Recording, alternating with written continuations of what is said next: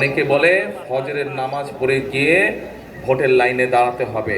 আমি বলি না, ফজর না, এবার আপনাদের সবাইকে তাহাজ্জুদের নামাজ পড়তে হবে। তাহাজ্জুদের নামাজ পড়ে প্রস্তুতি নেবেন যাওয়ার জন্য। ফজরের নামাজের আগে দরকার হলে ভোট কেন্দ্রের সামনে গিয়ে আপনারা ফজরের নামাজ পড়বেন, জামাত করে ফজরের। গত 15 বছর নির্বাচন নামে প্রহসন করে যারা সংসদ সদস্য হয়েছিল, তারা কি এলাকার কোনো উন্নয়নমূলক কাজ করেছে? এই রাস্তার অবস্থা দেখলেই বোঝা যায় যে এই এলাকার মানুষের চলাফেরা করতে কি কষ্ট। এই মহাসড়কের অবস্থা যদি এমন হয়, তাহলে গ্রামগঞ্জের ভিতরের সড়কের কি অবস্থা। এই রাস্তা দেখলে বোঝা যায় যে বিগত 15-16 বছর যাবৎ এই এলাকার স্কুলগুলোর, কলেজগুলোর কি অবস্থা, ভেঙে চুরে নষ্ট হয়ে গেছে। ঠিক এই রাস্তা দেখলে বোঝা যায় যে এই এলাকার হাসপাতালগুলোর কি অবস্থা, মানুষ সেবা পায় না। ঠিক, তাহলে এই যে এই অবস্থার পরিবর্তন করতে হবে। তাই সমস্যা হলে এমন মানুষ থাকতে হবে যাদের কাছে আপনারা গিয়ে কথা বলতে পারেন, যাদেরকে গিয়ে আপনার সমস্যা বলতে পারবেন, যাদেরকে গিয়ে এলাকার সমস্যা বলতে পারবেন।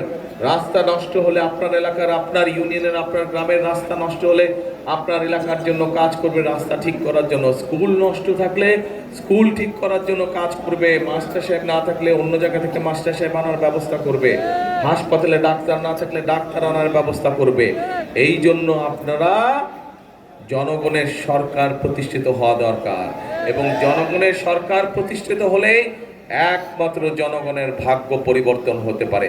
এবং জনগণের ভাগ্য পরিবর্তন করতে হলে আমাদের দরকার এই যে আগামী 12 তারিখে যে নির্বাচন, এই নির্বাচনে অনেকে বলে ফজরের নামাজ পড়ে গিয়ে ভোটের লাইনে দাঁড়াতে হবে।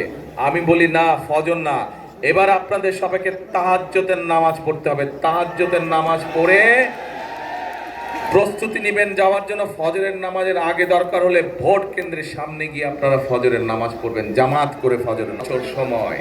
16 বছরের দেশের সবকিছু ছারখার হয়ে গিয়েছে। আমরা দেখেছি আমাদের প্রত্যেকটি রাষ্ট্রের প্রত্যেকটি প্রতিষ্ঠানকে নষ্ট করে দেওয়া হয়েছে। আমরা দেখেছি কিভাবে দুর্নীতির মাধ্যমে দেশ থেকে জনগণের অর্থ সম্পদ লুটপাট করে পাচার করে দেওয়া হয়েছে। এই দুর্নীতিকে যদি বন্ধ করতে হয়, তাহলে জনগণকে সজাগ হতে হবে। দুর্নীতির করাল গ্রাস থেকে যদি দেশকে রক্ষা করতে হয়, তাহলে জনগণকে এগিয়ে আসতে হবে। দেশটা কার? কারো ব্যক্তি সম্পত্তি? 4,000 মানুষ চারিদিকে, আপনারা হচ্ছেন এই দেশের মালিক।